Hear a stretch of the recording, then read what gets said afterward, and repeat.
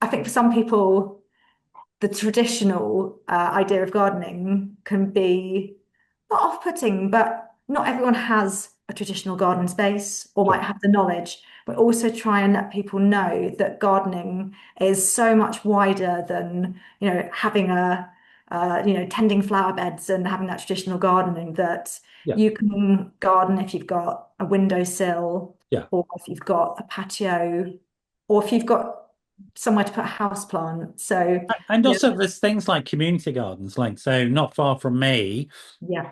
there's a walkway between an adventure playground and a road, and a local charity has taken that over, and they've planted over the years fruit trees, and they've now got a space for bees, and they've got a space for wildflowers that are at risk. They've got another space for beetles, and this is just in a walkway, and it's tended by them, but it's also they get local kids from local schools involved, and it's organized along those routes. So there's those types of opportunities as well, I think.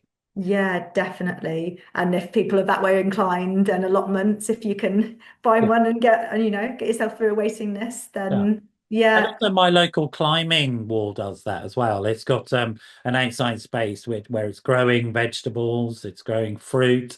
It's just now putting in some spaces for bees and wasps in particular. Wasps get a bad name, I think. So I'm glad to see wasps being given a home by people because they're quite important as part Yeah, of the ecosystem. And again, this thing seems to be happening. We're naturally doing it, but it's not accidental, I don't think, and neither is Thrive. There is a reason for this, isn't there, about the research that's been going on, and the need to curate that research, which I feel is a very important part of Thrive. Is there anything you can tell us about that? Is that available to people or?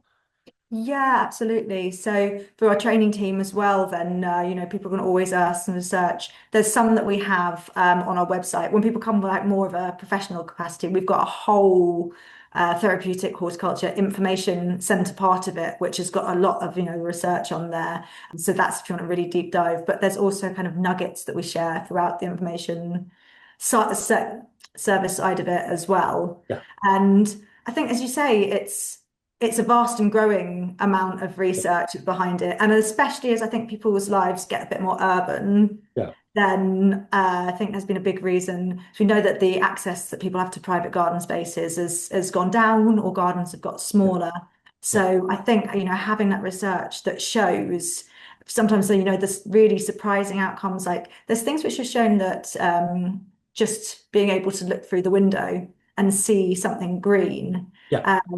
can be better. If someone's recovering, then Yeah. they can potentially recover faster just from seeing something green out the window, which is absolutely It is amazing. quite, it is very powerful. I mean, there's Yeah. a whole branch of architecture now called biophilic architecture, which is looking at creating natural shapes in buildings, because even just a natural shape will affect that bit of our brain that feels positive about these things. So there is a growing body. And like in my company, for example, I told you we have a horticulture therapist that goes to see one of my patients who has severe and enduring mental health problems, schizophrenia. And there's growing evidence that doing these types of activities reduces the level of medication for somebody in that type of situation. And that is only a benefit to that person, all those people in that cohort, but also it, very simply, it saves us money because we're paying less in medication, right? Do you know what I Yeah. mean? So, and on that note, I mean, I believe it's correct in saying that GPs will refer into your service. They will suggest to patients that they go along to Thrive and get involved. Can you tell us about that? Is that real? Did I hear that correctly? Yeah, they absolutely can do. So if a GP, has already sort of knowledge and some connection to this, then they absolutely can refer people in. And in some cases, there might be a social prescriber Yeah, or link worker who, again, has kind of got awareness of green care and this kind of sector. yeah, Because it's not consistent everywhere, this is something that we really want to raise awareness of too. yeah. It's coming from every angle for, so that individuals could go in and say, actually, is there any way that I could get access to a project like this? Yeah. And then hopefully to help with all nationwide GP awareness, because yes, Absolutely. So They tell can me, follow you me. used a term that people might not be familiar with, this idea of social prescribing in connection with the GP. Can you say a bit more about what that is so people are sort of informed by it? Yeah, it's really that forms of treatment or Treatment is a fine word. I yeah, would agree with yeah, Ezra. I don't really want to, I'm trying not to sort of medicalize it in some ways, but it's ones which are sort of alternative, more based off your interests and things out in the community that would be right for you. And I also mentioned green care, which is where horticultural therapy sits. Something like care farming is also another type of green care, really working with the environment. Yeah, So it's saying that actually the benefits that I can get from a garden, or in this case, care farming, might do as much for me as potentially taking a CBT course. We're never trying to say, don't do this, do that. It's no, all part of exactly. the total toolkit, what works for you, piecing everything together. By contrast, people might have heard of blue care, which, for some people would be going out surfing and having Yeah. access to the sea. If that's the thing that actually, it lifts your spirits, that improves your mental health.